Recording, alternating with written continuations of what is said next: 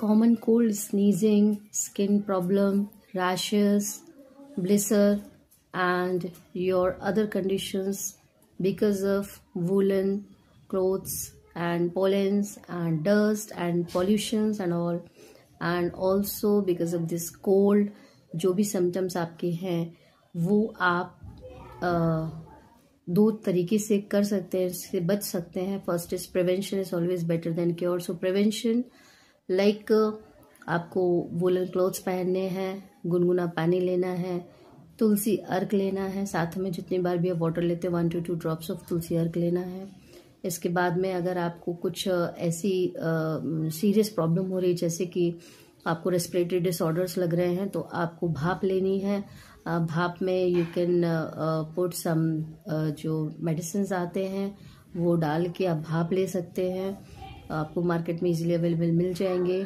और उसके बाद में आपको अगर फीवर है तो टाइमली आपको टेम्परेचर मेज़र करके देखना है और उसको इग्नोर नहीं करना है.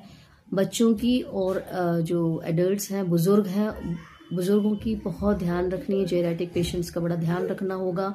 उसका सबसे बड़ा रीज़न है कि ये जो कोल्ड होती है ये उनके लिए ख़तरनाक होती है और उनके जो सिम्टम्स होते हैं वो एग्रीगेट हो जाते हैं. एस्थमेटिक जो पेशेंट होते हैं वो एग्रीगेट हो जाते हैं उनके सिम्टम्स. सो उन सबका बड़ा ध्यान रखना है आपको. और ठंड से बचाव ही बहुत अच्छा रहेगा रादर देन कि हमें ठंड लग जाए उसके बाद की. और तो ठंड से बचाव करने के लिए बच्चों के socks, slippers, shoes and shawls and उनके जैकेट्स प्रॉपर उनके होने चाहिए बॉडी में. आपको बच्चों का भी ध्यान रखना है कि अगर कॉमन कोल्ड हो गया है तो इसके बाद में उनको ऐसा तो नहीं कि जो सिम्टम्स हैं वो वर्जन हो रहे हो, उनका जो है ब्रीदिंग इश्यूज हो या किसी भी तरीके की ब्रीदिंग करते हुए आपको साउंड सुनाई दे रही है तो उसको आप इग्नोर नहीं करना है. आपको डॉक्टर की सलाह लेनी है. इसके अलावा आपको कॉमन कोल्ड के साथ साथ अगर छोटी मोटी एलर्जी है या खुजली हो रही है, दाने पड़ जा रहे हैं, उसके लिए कुछ आप आयुर्वेदिक मेडिसिन ले सकते हैं जो कि बहुत ही इफेक्टिव हैं और उसके कोई साइड इफ़ेक्ट्स भी नहीं है.